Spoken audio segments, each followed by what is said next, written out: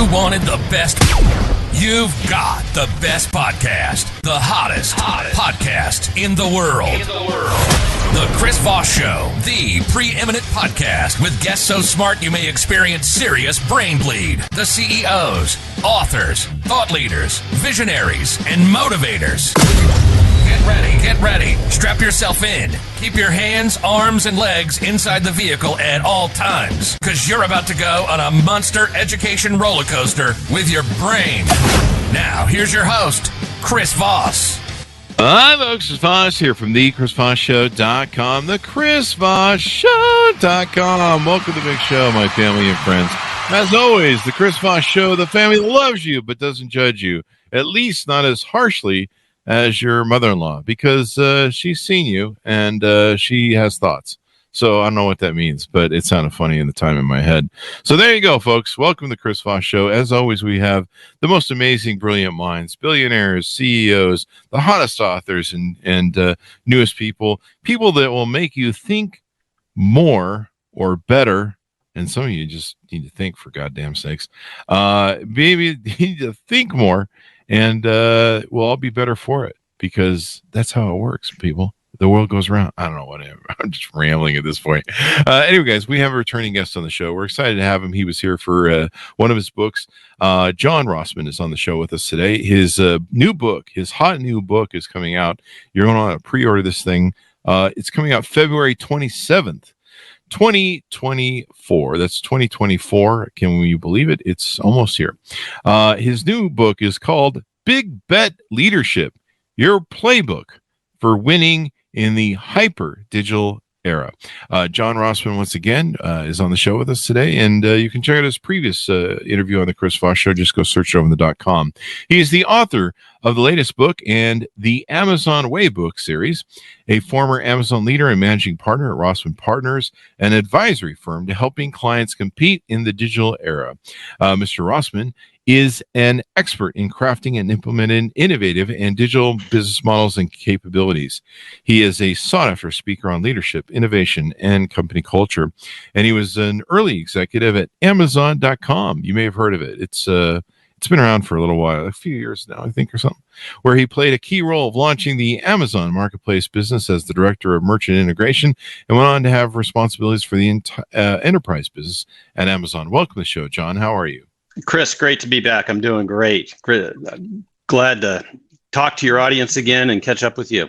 There you go. I mean, that's really why you came on, right? Just to catch up with us. And, yeah. Have a coffee, say hello, and all that good stuff. And plug a book. Give us your .com so people can find you on the interwebs, please. I'm sorry, say that again? Give us your .coms so people can find you on the interwebs, please. Yeah, johnrossman.com. And for the new book, it's bigbetleadership.com, or LinkedIn. John Rossman is maybe the easiest of all. There you go. And I think you had a plug out you wanted to do, or some sort of special thing.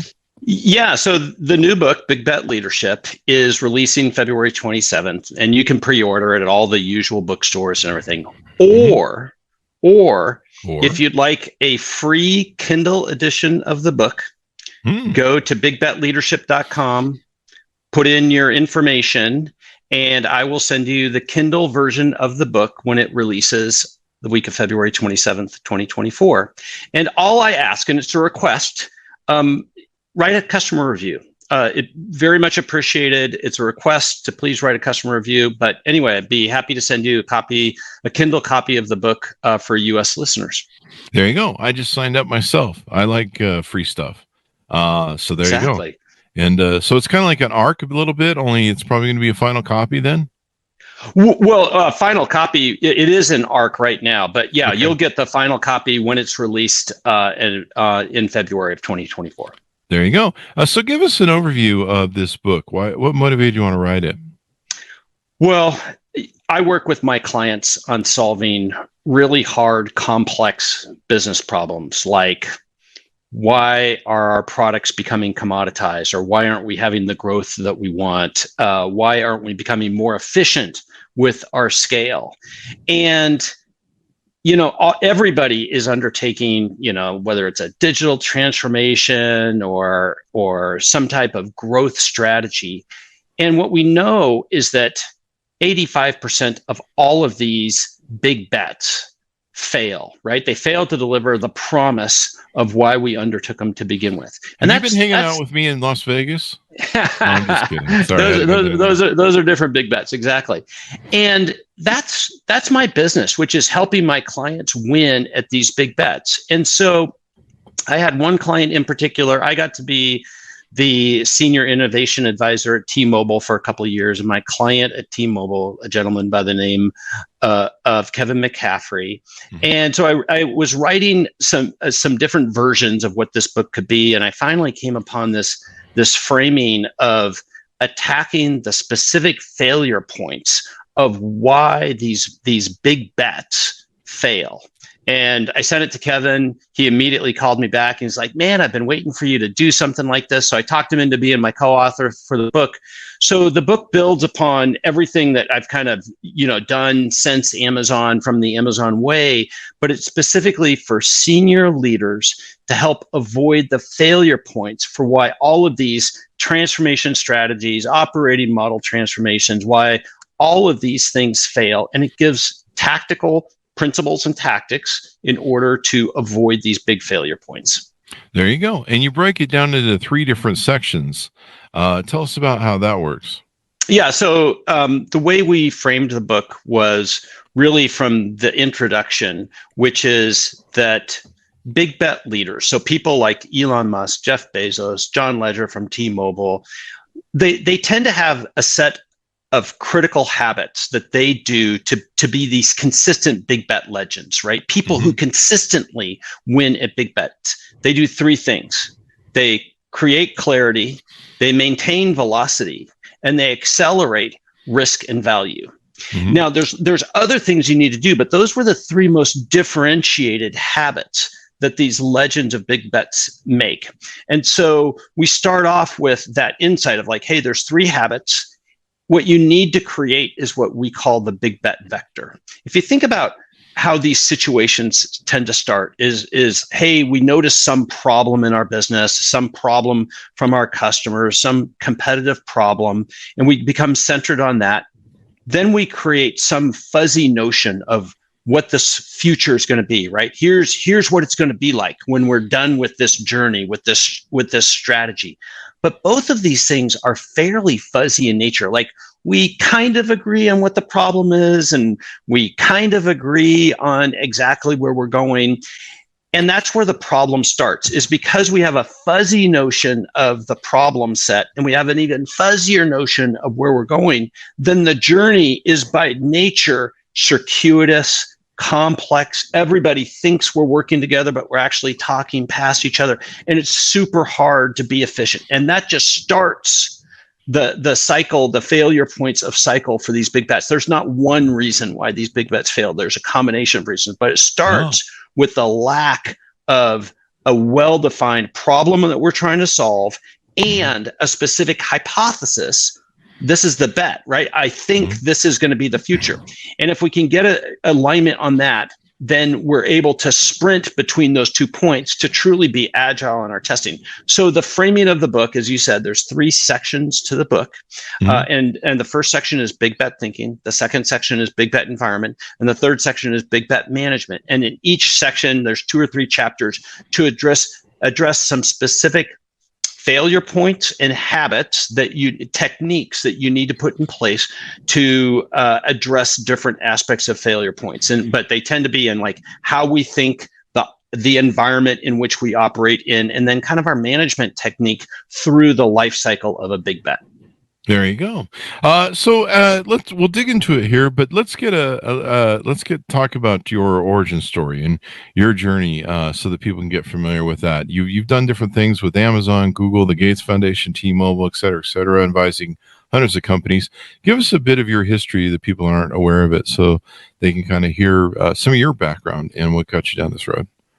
Yeah, so I'd say it's been a curious and fascinating and joyful career, but it wasn't planned. It would you didn't plan Amazon? I didn't see this path coming. So what I've always been is interested in efficiency and like, how do we get things to work better, right? And so I'm in nature a problem solver. I think about integration. I think about how to create momentum and leverage in order to create a great outcome for business.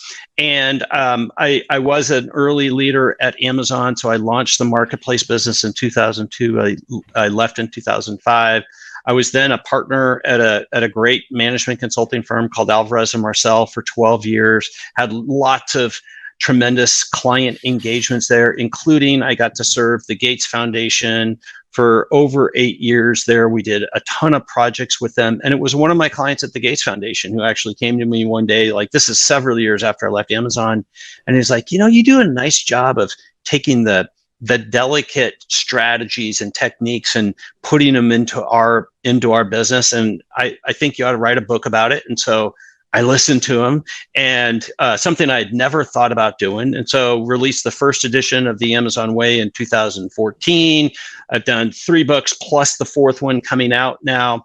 And then these thing called keynote speaking started coming along. It's like, oh, what a great opportunity to impact leaders in a different way. So I started keynote speaking. So today, my business is a third keynote speaking, a third advisory work where I work with advisors and their teams over a long period of time, and then a third consulting work. And the books are kind of my hobby. And it's just been, what I love doing is helping business leaders solve complex problems in their business and develop the leadership and the culture so that they can do this going forward, so that it becomes part of their system for how they perform.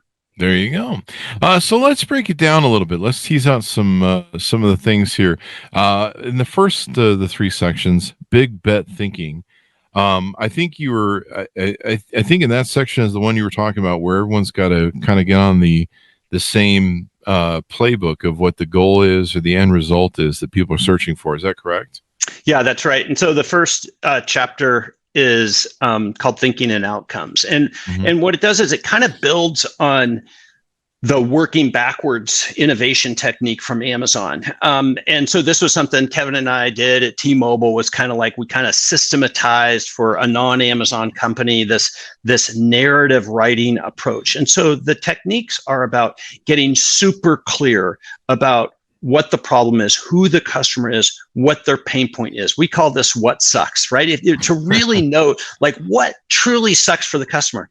Because what happens is when you do these exercises with companies, what they tend to do is they tend to list lots of things as the problem, or versus like, well, this is the thing that is really the problem. And so if you can get clarity, remember, create clarity, right? That's one of the habits. If you can create clarity around, well, this is my customer and this is what sucks for them, then you can, and this could be an operational problem for yourself, right? So your customer can be a variety of different types.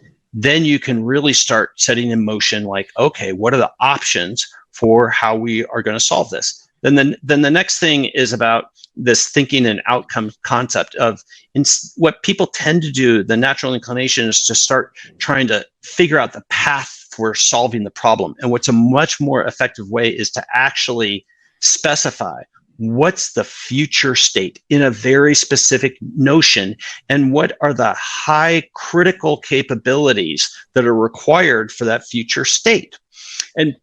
Or teams don't tend to think in that kind of specific targeted notion. They start to list lots of requirements and they start focusing on the journey versus the clarity of where we're going to even more. And so this is the nature. And then it's kind of by writing these things out and debating. People always forget the debating part of the Amazon working backwards approach. They just think it's about the writing. No. It's about the debating. This is actually the cheapest experimentation you can do. Writing and debating as a team is actually experimentation, and they forget that it's the best experimentation they can do. Everybody just wants to start buy-in technology and doing MVPs. These are true MVPs. And then the second chapter in this section talks about benchmarking, really. And benchmarking, again, great concept. Go out and learn from others is essentially what benchmarking is about, right? Like, what can we learn with others? But what they don't do is they don't get specific. Like, well, what's the specific attribute or capability about my competitor that I should bring back to influence the concept that I'm building? So, for example, let's imagine you're a grocery store operator and you're trying to figure out, how would I make a much better buy online, pick up in store capability? Chris, do you do that today? Do you buy online and pick up at stores or do anything like that? I have from time to time, especially during COVID. Yeah, they tend to be a pretty rudimentary customer experience, and they don't tend to be great operational endeavors within these organizations. So let's imagine the problem you're trying to solve is to create this completely differentiated buy online, pick up in store. Well, what we would suggest is that you're going to go benchmark the 3 best buy online, pick up in store operators. Find one that is a direct competitor, and then find 2 that are in adjacent industries where you think you can learn something. So in the book, we talk about, like, hey, if you're a grocery store operator, like the one that I know does a really good job at this is a fashion retailer by the name of Nordstrom. Nordstrom does a great job at buy online, pick up in store. Oh, really? So now that we're focused on, well, here's the scenario, then you could go be a mystery shopper, you could go do these things, and you'd have a directed eye towards understanding exactly what the customer experience is. And you could probably gain a little insight into, well, how does the operations actually work? How is it working for them, right? Again, you're experimenting by doing this, and by writing it out, you get to share it with your team. So that's really the essence of the first section of thinking and outcomes there. So, and to that point, it's really interesting, to go and check out your competitors. I'll never forget one of the famous lessons in phone sales was when the Palm Pilot CEO launched the Palm Pilot, and it wasn't anywhere near as good as the iPhone. And he admitted that he had never used or tested using an iPhone before they developed what was supposed to be an iPhone killer. And this is what I continually find is that people are lazy.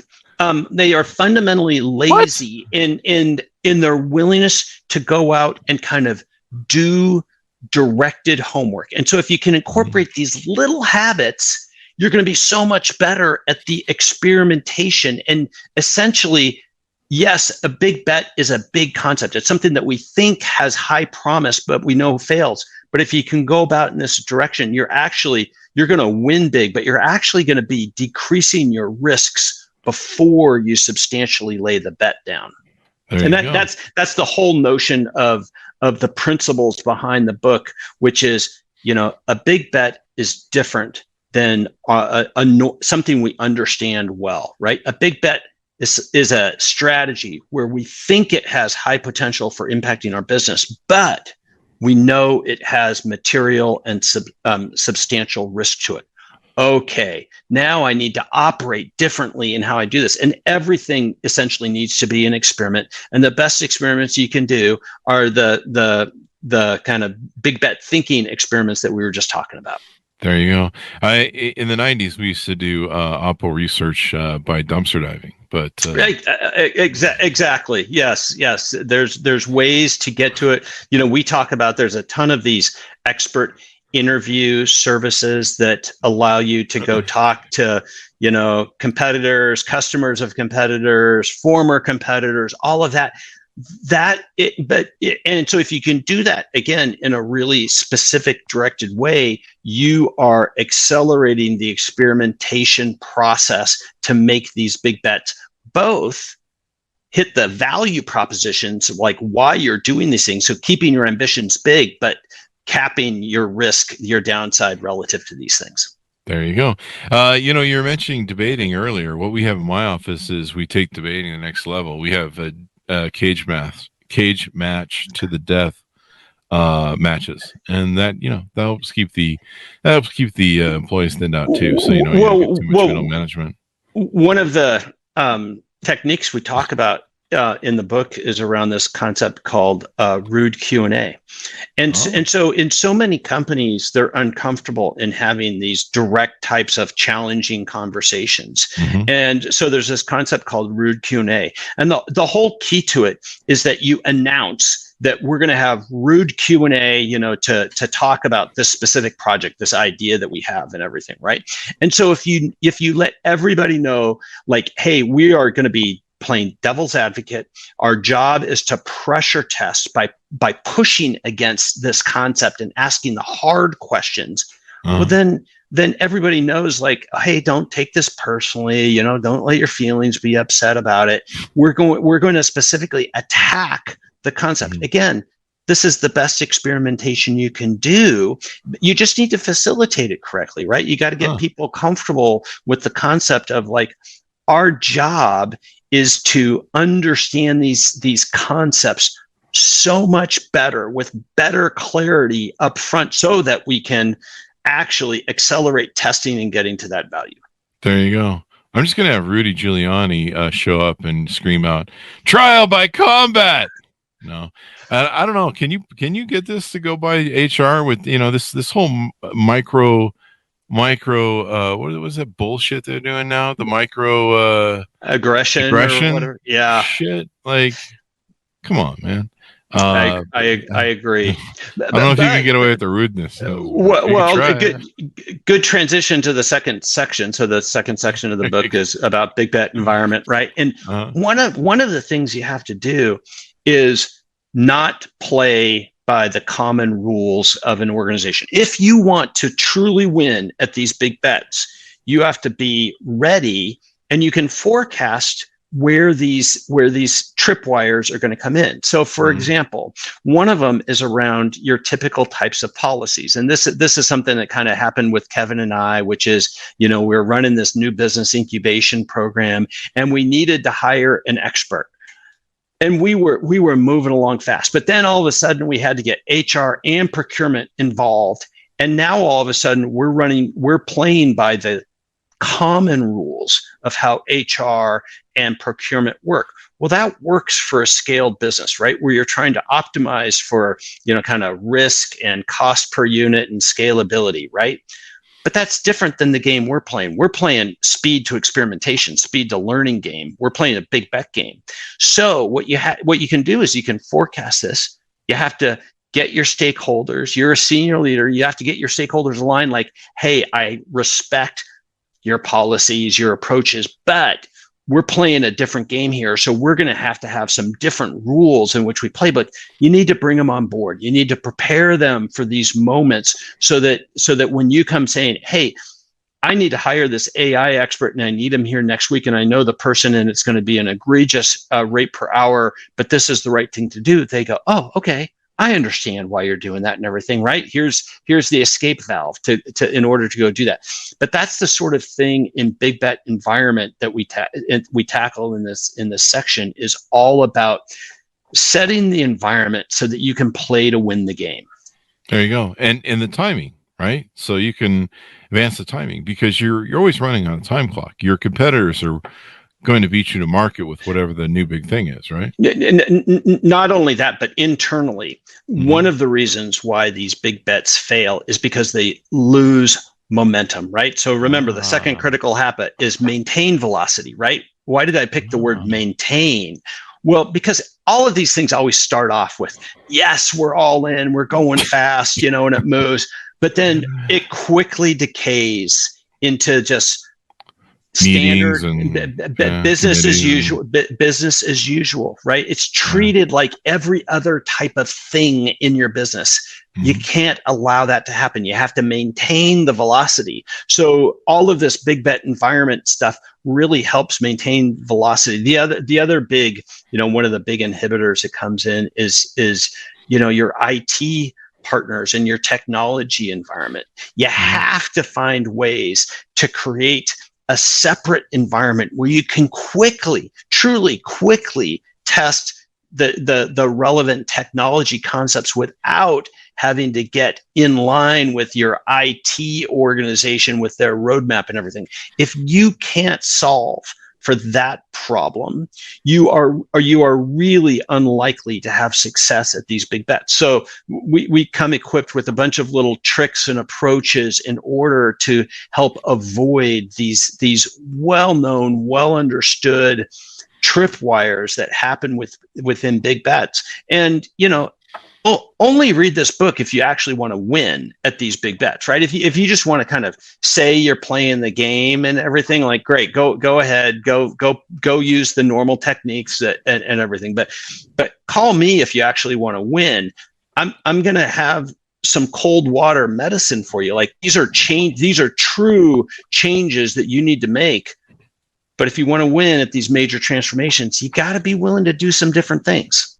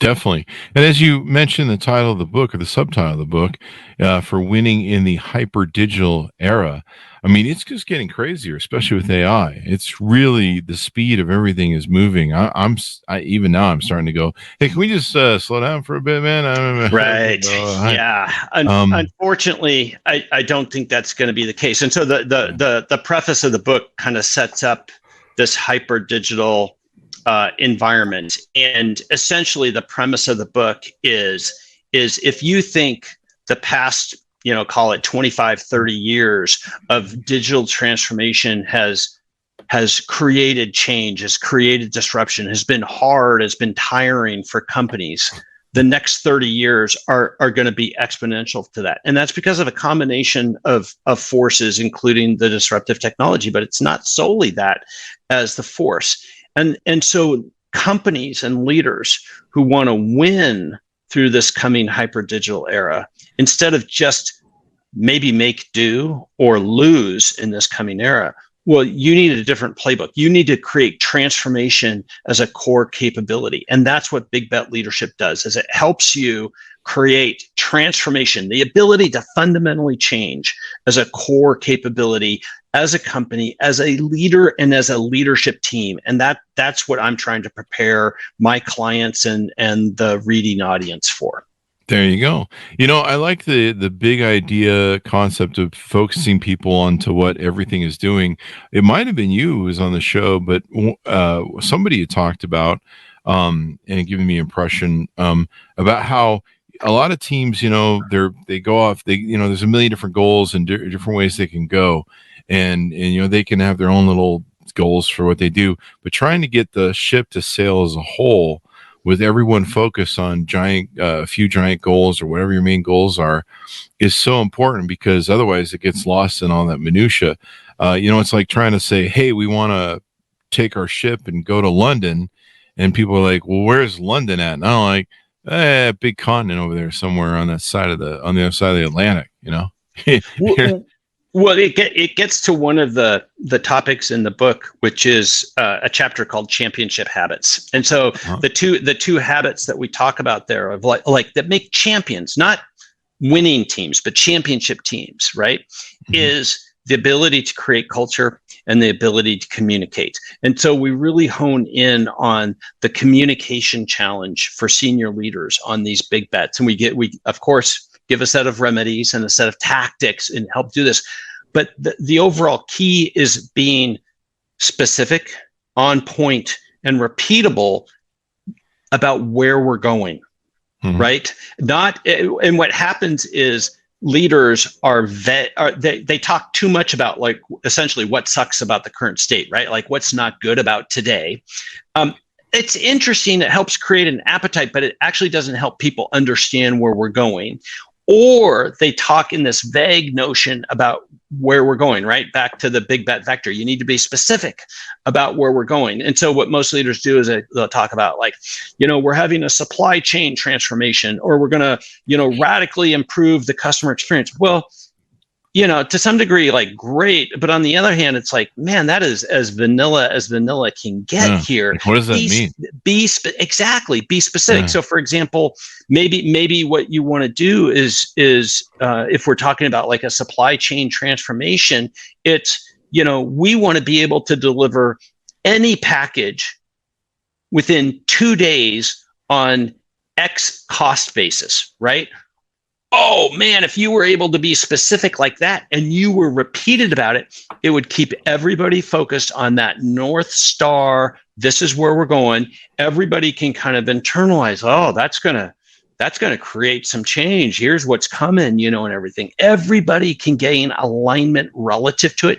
And you as a leader, you're going to be able to test it. Like, hey, are we achieving this or not? Right. And you're going to be able to substantiate the business case, like all this goodness of just the difference between we're going to make our supply chain faster versus being able to state a specific operational objective relative to it. There you go. Cable companies do that. They say, hey, we want to spend more time with our customers understanding them. So they make it so you stay on hold for 2 hours. Brilliant.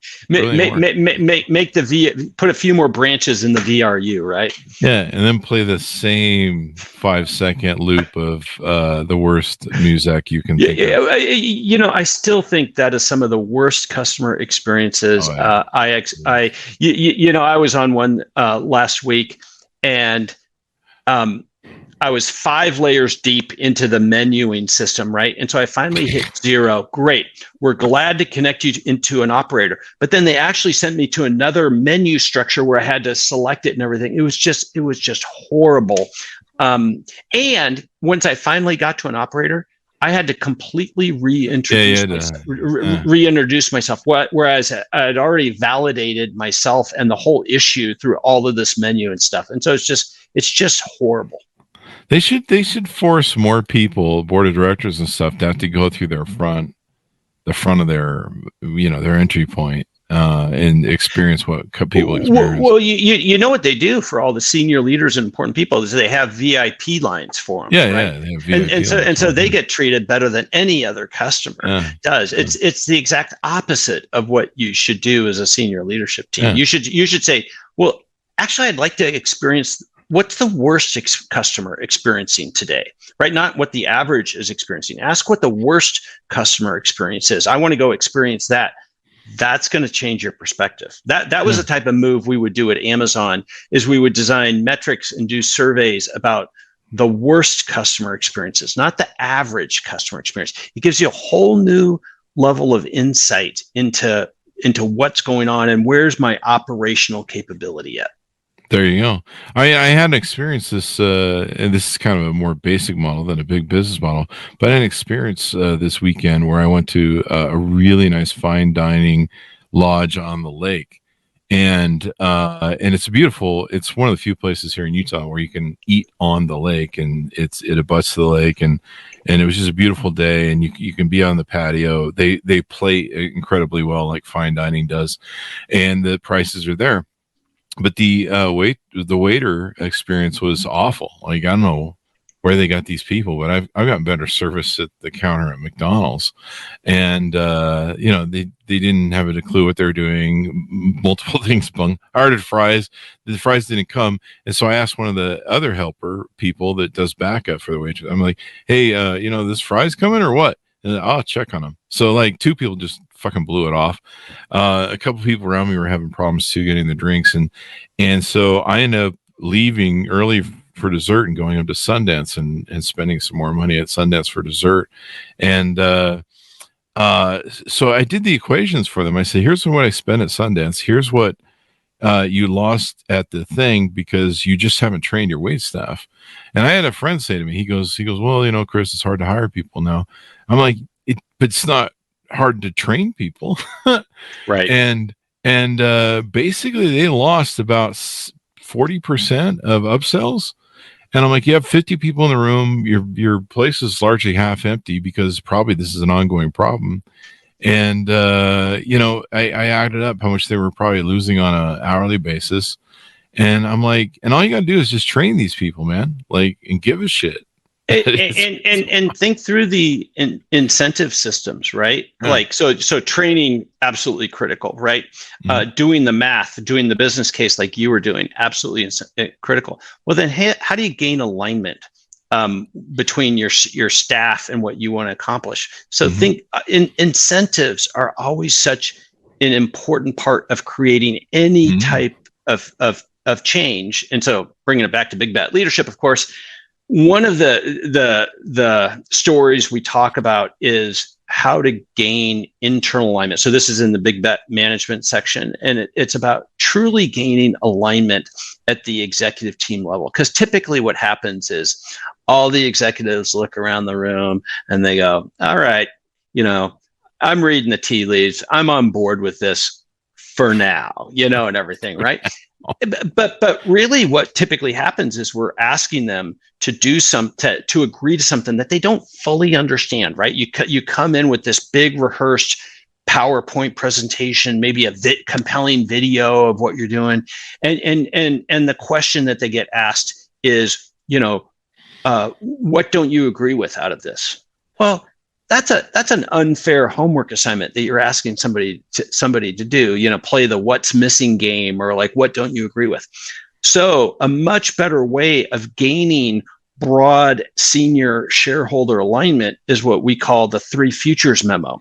And so what you do is, instead of creating this highly produced video or PowerPoint, you write 3 different versions of a simple memo of what the future is, right? And they all have to be viable options and aligned on kind of, hey, we're going in this direction, but here's 3 different versions of what that direction could be. You give it to your stakeholders to read beforehand. It's a simple read. Then you get together and you ask a different set of questions. The types of questions you ask are, well, which of these 3 versions would you agree to? What would you have to be true about the other 2 versions for you to agree that that's the correct version? By having that type of what we call homework assignment, that type of environment to gain alignment, what you're truly doing is you're getting much deeper, much better comprehension by your environment, and it surfaces all of the under the waterline tensions, alignment issues, incentive issues, competing interest issues, so that an executive team can truly align on, this is the big bet we're making, and we are all truly on board and understand the subtle nature of where we're going with this. There you go. Incentives to get people to want to do better and do more and be better, et cetera, et cetera. That's right. Yeah, I mean, that's definitely a way to get them motivated, because there are all those people who are like, yeah, whatever, the PR BS, whatever. I'm gonna go back and just do whatever I want. Or there's some people that are sabotageurs, they're saboteurs. They're like, I'm not gonna do this. I'm gonna hedge my bets and try and screw this up. Like that guy in Parks and Recreation. Anytime something new comes around, he's like, we're not doing that. Well, we have a term for that, which is a GFer. So a GFer is a grin effer, right? So it's somebody who smiles and goes, I understand. It's typically like you think you have agreement with them. You think you have like, we're on board, but really they're just GFing you. Wow. There you go. I'm going to have to write that one down, and I'll hand out shirts or give hats out to who they are. And they can, I'm like, you have to you wear need a hat that says you're a GFer. You're a GFer. And that way it'll be like the mark of the beast or a scarlet letter, or, we'll be like, you're the GFer or the thing. So this is a great vision thing. And I like how you give a lot of tips and tricks for people to utilize it and implement it, because you've done what a lot of people make a mistake of doing. It's not defining it. And I like the clarification part. That's really important as well. What have we touched on or teased on about the book? Well, here's the last thing, which is the book is way more than a book. So the book tells a nice story. You don't want to ask a book to do too much and everything. But when you buy the book or get the free version of the Kindle version, you'll get access to a set of templates and tools that will actually help you put this into practice and everything, right? So we kept the book very readable. Didn't make it too long, but the book comes with a bunch of tools, templates, and some AI prompts to help you actually do these things in your job. So buying the book is more than just buying a book. Mm-hmm. There you go. And so much more you can learn from. Give us the .com and what people can do to get a free copy of the book there on the Kindle version. Yeah. So go to bigbetleadership.com, fill in your information, and you'll get the Kindle version of the book when it releases next February. There you go. There you go. Well, it's been wonderful to have you on the show. Thank you very much, John, for coming on. I really appreciate it. Chris, always great. Thank you again for inviting me. There you go. And thanks to my audience for tuning in. Go to goodreads.com/Chris Voss, LinkedIn.com/Chris Voss, YouTube.com/Chris Voss, and TikTok at Chris Voss1. Thanks for tuning in. Be good to each other. Stay safe. And we'll see you guys next time.